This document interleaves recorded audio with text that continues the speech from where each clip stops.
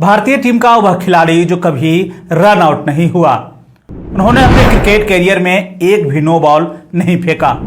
यह खिलाड़ी जिसने भारतीय टीम को दिलवाया पहला विश्व कप, नंबर 6 पर बल्लेबाजी करते हुए बनाए सर्वोच्च एक दिवसीय स्कोर। भारतीय टीम के इस महान ऑलराउंडर पर लगे थे मैच फिक्सिंग के आरोप। क्रिकेट की दुनिया में भारत से लेकर विश्व क्रिकेट तक में एक से लेकर एक खिलाड़ी हुए जिन्होंने अपनी बल्लेबाजी गेंदबाजी से विरोधी टीमों को धराशायी कर दिया। इस लिस्ट में आप कई खिलाड़ियों के नाम गिना सकते हैं, जैसे सचिन तेंदुलकर, सुनील गावस्कर, रिकी पॉन्टिंग जैसे कई खिलाड़ी हैं जिन्होंने अपने बल्ले से जौहर दिखाया है। लेकिन आज हम चंद क्लिक्स में बात एक ऐसे खिलाड़ी के बारे में करने जा रहे हैं जिसके सामने बड़े से बड़े खिलाड़ी हार मान जाता था। जब वह बल्ला लेकर मैदान में उतरता था तो अच्छे अच्छे गेंदबाजों की एक न चलती थी। जब गेंदबाजी के बॉल पकड़ दे तो बल्लेबाजों की एक न चलने दी, और जब टीम की कमान उन्हें मिली तो विपक्षी टीमों की हर चाल को उन्होंने रोक दिया। जी हां, आप सही समझ रहे हैं, बात कर रहे हैं विश्व के महान ऑलराउंडर कपिल देव के बारे में। जब भारत के क्रिकेट का जिक्र हो या फिर विश्व क्रिकेट का जिक्र हो, कपिल देव का नाम बड़े ही गर्व के साथ लिया जाता है। कपिल देव ने बल्ले, गेंद और क्षेत्ररक्षण हर क्षेत्र में उन्होंने शानदार प्रदर्शन किया। कपिल देव ने यह सिद्ध कर दिया कि वे एक ऐसी टीम को भी चैंपियन बना सकते हैं जिसके बारे में किसी ने सोचा भी नहीं होगा। कपिल देव के नेतृत्व में भारतीय टीम साल 1983 के विश्व कप विजेता टीम के सदस्य थे, और उस टीम को लेकर यह कहा जा रहा था कि यह टीम विश्व कप को बाद में यह कोई मेगा इवेंट तक नहीं जीत सकती। लेकिन कपिल देव ने अपने खिलाड़ियों में वह जोश भरा जो सीधा विश्व कप के फाइनल तक का दरवाजा खोल दिया। इस महान खिलाड़ी का जन्म एक मध्यम वर्गीय परिवार में हुआ था।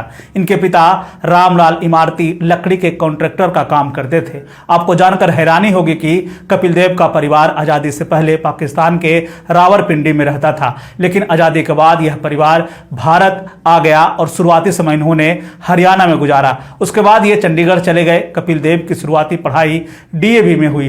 इसके बाद आगे की पढ़ाई के लिए वे शिमला चले गए, जहां उन्होंने सेंट एडवर्ड स्कूल में दाखिला करवाया। कपिल देव को बचपन से ही क्रिकेट खेलने का खूब शौक था। जब वे स्कूल और कॉलेज में गए तो यहां उन्होंने जमकर क्रिकेट खेला। कपिल देव के घरेलू क्रिकेट की शुरुआत होती है साल 1975 से, जब वे हरियाणा की तरफ से खेल रहे थे। हरियाणा और पंजाब के बीच में यह मुकाबला हो रहा था, जिसमें 63 रन देकर 6 विकेट इन्होंने अपने नाम किया था, जिसके बदौलत हरियाणा यह मैच जीतने में सफल रहा, कामयाब रहा। इसी साल उनके पिता का भी निधन हो गया। इसके बाद 1976-77 में जम्मू कश्मीर के खिलाफ खेलते हुए इन्होंने 8 विकेट अपने नाम किया और 36 रन भी बनाए। फिर बंगाल के खिलाफ इनका प्रदर्शन और भी बेहतरीन रहा। इन्होंने 20 रन देकर 7 विकेट अपने नाम कर लिया। फिर क्या था, कपिल देव की एंट्री भारतीय टीम में हो गई। उनका पहला टेस्ट मैच पाकिस्तान के खिलाफ खेला गया, जिसमें उनका प्रदर्शन बहुत अच्छा तो नहीं रहा, लेकिन वेस्टइंडीज के खिलाफ उन्होंने 124 गेंद में 126 रन की शानदार पारी खेली। इतना ही नहीं, वेस्टइंडीज के खिलाफ इस सीरीज में उन्होंने कुल 17 विकेट अपने नाम कर लिया था। 1979 में उन्होंने ऑस्ट्रेलिया के खिलाफ 2 बार 5 विकेट लेकर उन्होंने यह दिखा दिया कि वे भारतीय टीम में लंबी रेस के घोड़ा है। इसी साल पाकिस्तान भारत का दौरा किया। इस सीरीज में उन्होंने 2 टेस्ट मैच में उन्होंने जिताऊ पारी खेली। इसी सीरीज के दौरान 25 मैचों में 100 टेस्ट विकेट और 1000 रन पूरे करने वाले सबसे कम उम्र के क्रिकेटर बने। इसके बाद साल 1980-81 में भारत ने ऑस्ट्रेलिया का दौरा किया। 3 मैचों के सीरीज में आखिरी मैच में कपिल देव चोटिल हो गए। उनका खेलना मुश्किल हो गया था, लेकिन उन्होंने खेलने को लेकर हामी भर दी और उस मैच में उन्होंने 28 रन देकर 5 विकेट अपने नाम कर लिया। कपिल की गेंदबाजी देख ऑस्ट्रेलिया की पूरी टीम हैरान हो गई थी और यह सीरीज 1-1 की बराबरी पर ड्रा हुआ। इसके बाद भारत की टीम ने साल 1982 में इंग्लैंड का दौरा किया, जहां कपिल देव का प्रदर्शन शानदार रहा। इस सीरीज में उन्होंने कुल 292 रन और 10 विकेट अपने नाम किया। वे मैन ऑफ द सीरीज घोषित किए गए। फिर आया साल 1983। यह साल भारत के लिए जितना महत्वपूर्ण था उतना ही कपिल देव के लिए भी महत्वपूर्ण था। यह वह दौर था जब कपिल देव के बल्ले से रन निकल रहा था और गेंदबाजी में भी वे कमाल दिखा रहे थे।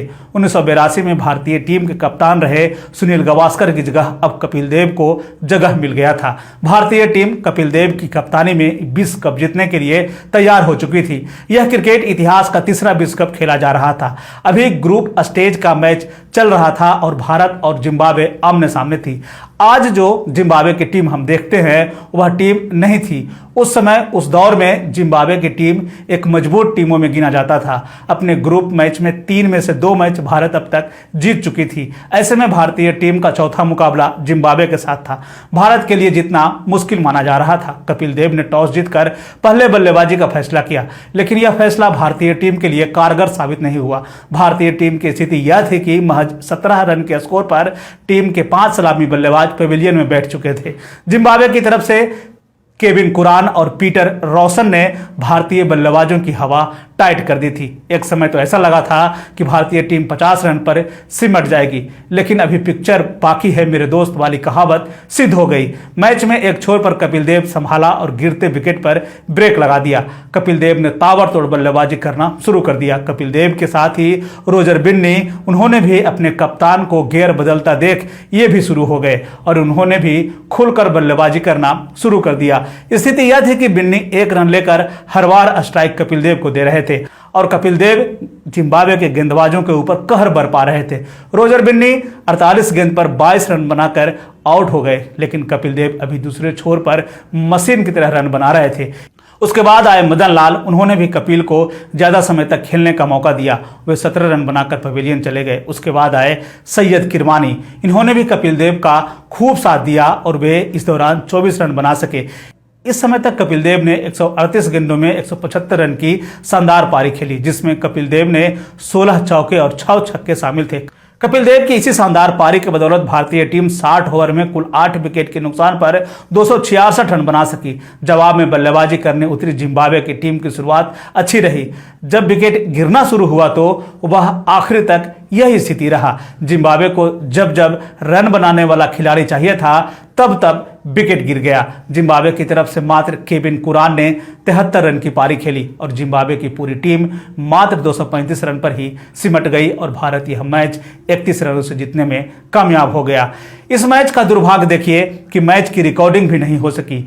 उस समय की एकमात्र ब्रॉडकास्ट बीबीसी ने देशव्यापी हड़ताल की घोषणा कर दी थी, जिसके कारण इस मैच की रिकॉर्डिंग नहीं हो सकी। उस विश्व कप में भारतीय टीम 2 मैच हारी थी, एक ऑस्ट्रेलिया से और दूसरा वेस्ट इंडीज से। 1983 के विश्व कप के भारत सेमीफाइनल में इंग्लैंड को हराने में कामयाब रहा था, लेकिन फाइनल जीतना इतना आसान नहीं था। उस समय की वेस्ट इंडीज की गेंदबाजी और बल्लेबाजी विश्व में विख्यात थी। उसके तेज गेंदबाज के सामने विश्व के अच्छे अच्छे बल्लेबाज की बोलती बंद हो जाती थी। ऐसे में भारत ने फाइनल में एक लड़ाका की तरह इस मैच को खेला, जिसमें भारतीय टीम पहले बल्लेबाजी करते हुए मात्र 183 रन के स्कोर पर ऑल आउट हो गई।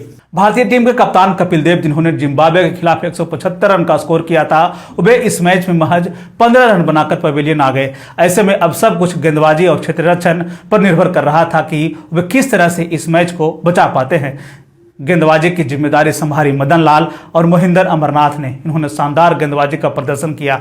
वेस्टइंडीज मात्र 140 रन पर ही सिमट गई और भारत यह विश्व कप जीत गया। विश्व कप की शुरुआत में भारत के जीतने के चांस 1% भी नहीं थे, लेकिन वह आज विश्व विजेता बना हुआ था। कपिल देव ने विश्व कप के 8 मैच में 303 रन बनाए और 12 विकेट अपने नाम किया था। वे विश्व के सबसे बेहतरीन ऑलराउंडर के रूप में गिने जाने लगे थे।